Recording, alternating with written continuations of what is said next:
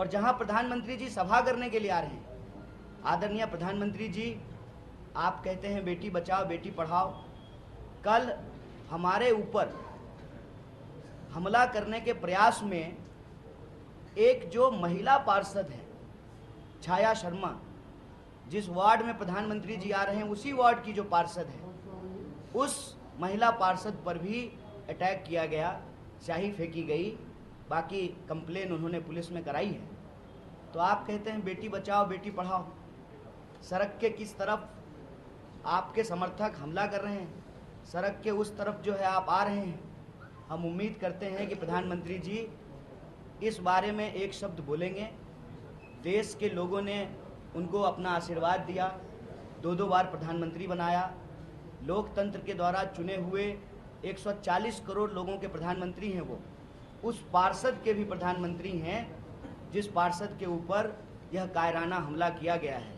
मुझे उम्मीद है, मैं आशा करता हूं कि प्रधानमंत्री जी मंच से इसकी आलोचना करेंगे, इसकी निंदा करेंगे और अपने दोस्त जय शाह जी को, सॉरी माफ़ कीजिएगा, अमित शाह जी को, क्या कीजिएगा आजकल बेटा का नाम ही याद रहता है, अमित शाह जी को कहेंगे, गृह मंत्री हैं वो, कि पुलिस जो है इस पर कार्रवाई करेगी और इस इलाके में जो गुंडागर्दी फैलाने की कोशिश की जा रही है, जो आपराधिक माहौल पैदा करने की कोशिश की जा रही है, उस पर कानून जो है न्यायपूर्ण तरीके से कार्रवाई करेगी, निष्पक्ष तरीके से कार्रवाई करेगी। इस संबंध में हम आपको सिर्फ इतना कहने के लिए आए हैं कि 10 साल के सांसद के पास 10 काम नहीं है गिनाने को।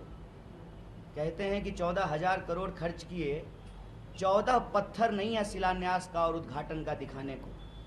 इसीलिए जो सवाल हम उत्तर पूर्वी दिल्ली की जनता के हक के लिए पूछ रहे हैं, उन सवालों का जवाब देने के बजाय मुझे लगता है कि कहीं ना कहीं उनको लगने लगा है कि शायद उत्तर पूर्वी दिल्ली की जनता उनको स्वीकार नहीं कर रही है, इसीलिए वो यह कायराना पूर्ण आपराधिक हमला करा रहे हैं। लेकिन हम उनको कह दें कि हमारे पुरखों ने स्वतंत्रता सेनानी बनकर इस देश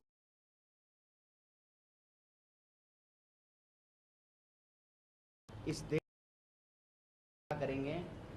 आपके कायराना हमले से, आपके द्वारा भेजे गए अपराधियों से, और अपराधी भी नमूना टाइप का, मतलब कुछ जो है लाइक मिल जाए, कुछ व्यूज मिल जाए, नमूना टाइप का। तो कुछ और सोचिए, इन चीज़ों से जो है हम रुकने वाले नहीं हैं। और आपके माध्यम से उत्तर पूर्वी दिल्ली की जनता से हम अपील करते हैं कि लोकतंत्र में आपके हाथ में ताकत है। आप इस गुंडागर्दी का जवाब 25 मई को अपने वोट से दीजिए, इस तानाशाही का जवाब अपने वोट से दीजिए। जिस तरीके से एक महिला पार्षद पे हमला किया गया है छाया शर्मा जी के ऊपर, इसका जवाब अपने वोट से दीजिए। और 10 साल से जिन समस्याओं से आप जूझ रहे हैं, चाहे जाम की समस्या हो, ट्रैफिक की समस्या हो, सड़कें चौड़ीकरण नहीं हुई हो, पानी नहीं मिल रहा हो, जल भराव हो, जो भी परेशानी से आप जूझ रहे हैं उसका जवाब वोट से दीजिए। और सांसद महोदय से यही कहेंगे, सांसद महोदय, आपने अगर काम किया है तो किसी भी मंच पे आकर के बहस कर लीजिए। ये गुंडा भेजने का क्या ज़रूरत है? बहस कर लीजिए, आप अपना काम गिना दीजिए।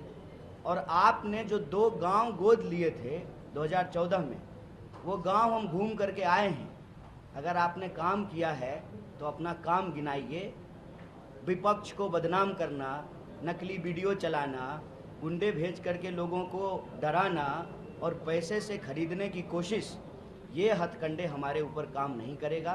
हम लड़े थे और संविधान को बचाने के लिए, लोकतंत्र की रक्षा के लिए अपने आखिरी सांस तक संघर्ष करेंगे।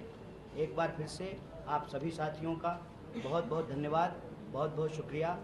आप में से कोई साथी अगर कोई प्रश्न करना चाहते हैं तो आप प्रश्न करें। बस एक बारी बारी से। छाया शर्मा ने कंप्लेंट कराई है, क्या आपने भी कोई पुलिस कंप्लेंट कराई है जिस तरीके का हमला आप पर किया गया? स्वाभाविक रूप से मैंने जब हम प्रेस कॉन्फ्रेंस करके मीडिया के माध्यम से उत्तर पूर्वी दिल्ली की जनता को, देश को बता रहे हैं, तो देखिए, देशभक्त होने का मतलब होता है कानून में भरोसा करना। देशभक्त होने का मतलब होता है संविधान में भरोसा करना। तो कानून कहता है कि आप सबसे पहले इसकी सूचना पुलिस को दीजिए। हमने कंप्लेंट कराई है, हमारे इलेक्शन एजेंट ने कंप्लेंट कराया है हमारे बिहाफ पर, और हम अभी प्रत्याशी हैं। हमारी सुरक्षा की जिम्मेवारी इलेक्शन कमीशन ऑफ इंडिया की है। जो आरओ हैं उनके पास भी हमने एप्लीकेशन दिया है, हमने कंप्लेंट कराया है। तो चुनाव में किसी तरह का बदलाव आप करने जा रहे हैं? जिस तरीके के हमले अब स्टार्ट हुए हैं, अभी चुनाव आगे तेजी पकड़ेगा? नहीं, चुनाव में बदलाव जनता कर रही है, और उसी की बौखलाहट का ये नतीजा है कि हमारे विरोधी जो हैं हमसे बहस नहीं कर पा रहे, हमारे सवालों का जवाब नहीं दे पा रहे, तो वो गुंडागर्दी पे उतर आए हैं। लेकिन गुंडा भी थोड़ा ढंग का भेजना चाहिए, नमूना टाइप का भेजते हैं। जी, मेरा सवाल ये है कि आप हर देश में एक ऐसे बड़े मुद्दों पर मुखर होकर के बात करते हैं। आज दिल्ली में पिछले कई दिनों से स्वाति मालीवाल का एक मुद्दा चल रहा है, महिला के साथ मुख्यमंत्री के आवास पर जिस तरीके से वापस हुआ। ये प्रेस कॉन्फ्रेंस हमारे ऊपर जो हमला हुआ है, लोकतंत्र के ऊपर जो हमला हुआ है, उसके ऊपर है। अब मतलब हर प्रेस कॉन्फ्रेंस में जो है हर सवाल का जवाब आप लोग जो है चाहते हैं। अभी हम आपसे ये आग्रह कर रहे हैं कि यह प्रेस कॉन्फ्रेंस एक स्पेसिफिक मुद्दे पे बुलाई गई है, तो आप इस मुद्दे से जुड़े हुए कोई सवाल हैं तो आप पूछें। आपका लगता है कि पुलिस आपको सही से नहीं दे पा रही है, क्योंकि जिस तरह आपके रोड शो निकल रहे हैं? नहीं, मैं पुलिस को जिम्मेवार नहीं ठहराता हूँ। पुलिस तो, एक मिनट, इनका सवाल का जवाब दे। पुलिस तो हमारे साथ है, और हम तो अपने लड़कों से भी कहते हैं कि हमारी सुरक्षा से ज़्यादा आप आम लोगों की सुरक्षा का ध्यान दीजिए। देखिए, लोकतंत्र में अगर आप पब्लिक लाइफ में हैं तो आपका पहला दायित्व जो है वो जनता की सुरक्षा है।